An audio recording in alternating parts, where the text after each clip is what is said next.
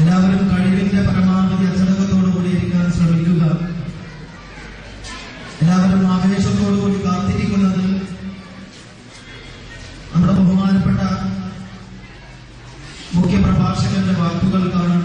അതുപോലെ തന്നെ അതിനുശേഷം വരാനിരിക്കുന്ന നമ്മുടെ തന്നെ മക്കളുടെ നൈസർഗികമായ കലാപരിപാടികൾക്ക് ആവേശത്തോടെ കാതോർത്തിരിക്കുന്ന ഈ സദസ്സിന് മുമ്പിൽ കൂടുതലായ സമയങ്ങളെ ഒരിക്കലും അഭികാമ്യമെന്ന് മനസ്സിലാക്കുന്നു.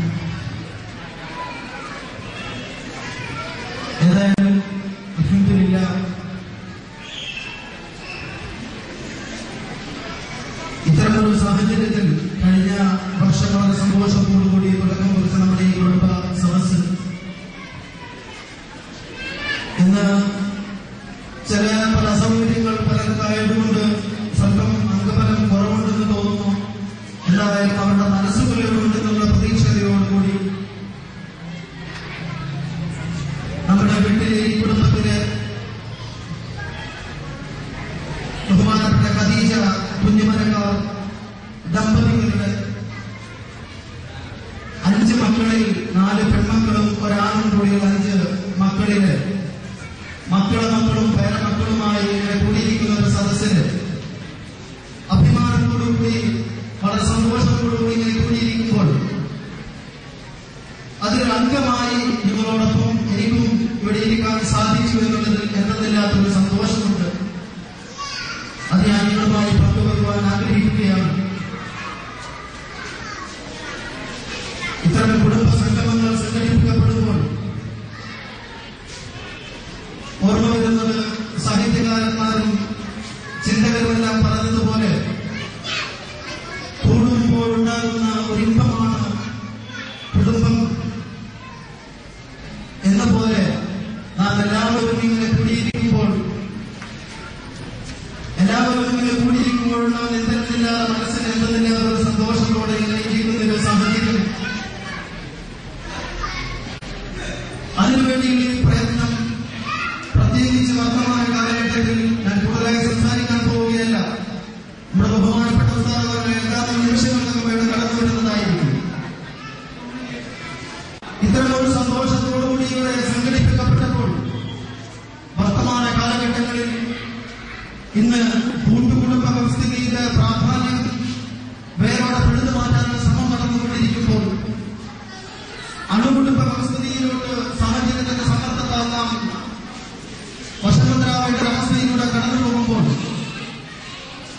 എന്തുകൊണ്ടും ഇത്തരമൊരു ഉദ്യമമാണ്.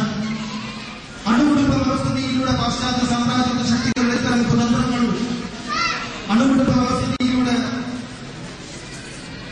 സ്വന്തം സഹോദരനോടും സഹോദരിമാരോടും സഹോദരിയോടും ഉമ്മയോടും ഉപ്പയോടും മക്കൾക്ക് ഉമ്മയോടുള്ള സ്നേഹവും എല്ലാം ഹൃദയത്തിൽ നിന്ന് പിഴുതു മാറ്റപ്പെടുന്ന അവസ്ഥയിലാണ് അണുകുടുംബ വ്യവസ്ഥിതിയുടെ സിദ്ധാന്തം കിടക്കുന്നത്.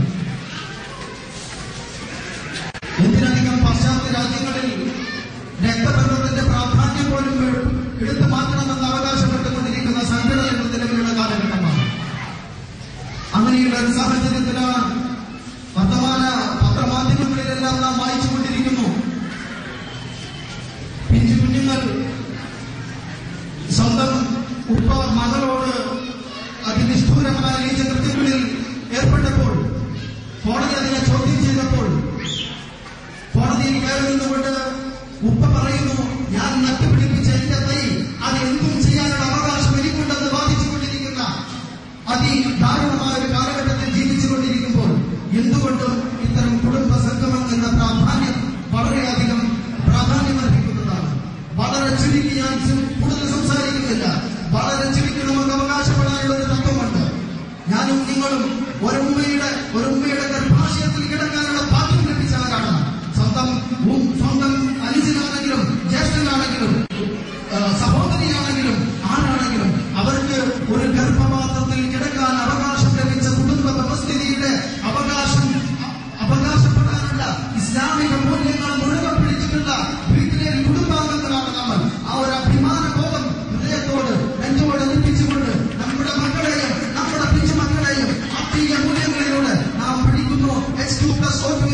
2 ഹൈഡ്രജനും ഓക്സിജനും കൂടിയാലുണ്ടാകുന്ന ആ വെള്ളത്തിന്റെ സൂത്രവാക്യത്തെ കുറിച്ച് നാം പഠിപ്പിക്കുന്നു. അതിനുവേണ്ടി ലക്ഷോപലക്ഷം കാശ് നാം ചെലവഴിക്കുന്നു.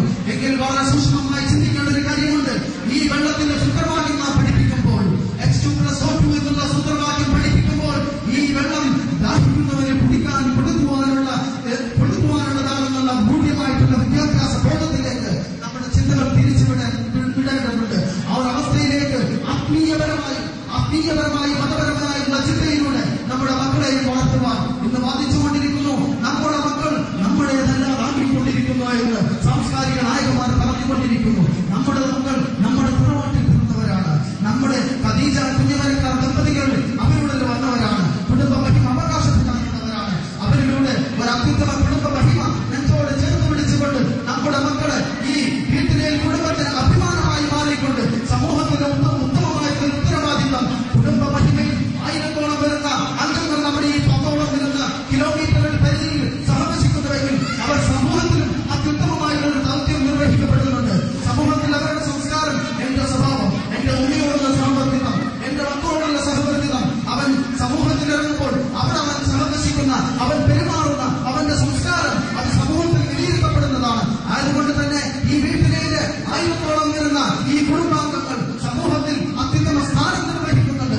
അതുകൊണ്ട് തന്നെ ആ സ്ഥാനം നിർവഹിച്ചുകൊണ്ട് നൂറ്റാണ്ടുകൾ കഴിഞ്ഞ നൂറ്റാണ്ടും ഇവിടെ സംസ്കാര ബോധം നിലനിർത്തിയ നമ്മുടെ വല്യപ്പമാർ, നമ്മുടെ വല്യമ്മമാർ ആ മൂല്യങ്ങൾ നിലനിർത്തിക്കൊണ്ട് നമ്മുടെ മക്കളെ, നമുക്കും നമ്മുടെ മക്കളെയും നൂറ്റാണ്ടുകളോളം ഇവിടെ കുടുംബ മഹിമയോടെ നിലനിർത്തുവാനുള്ള ആ ഊർജ്ജവും ആ വേഷവും റബ്ബ് സുബ്ഹാനഹു വ തആല നമുക്ക് നൽകുമാറാകട്ടെ. അതിനുള്ള ആഫിയത്തും ആരോഗ്യവും സാമ്പത്തികപരമായും ആത്മീയ ഭൗതിക സമന്വയ എല്ലാ മേഖലയിലും പ്രവർത്തിക്കുവാനുള്ള ആഫിയത്തും എല്ലാം റബ്ബ് നമുക്ക് തൗഫീഖ് നൽകുമാറാകട്ടെ എന്ന് മാത്രം ആശംസിച്ചുകൊണ്ട് ഞാൻ എന്റെ വാക്കുകൾ ചുരുക്കുകയാണ്.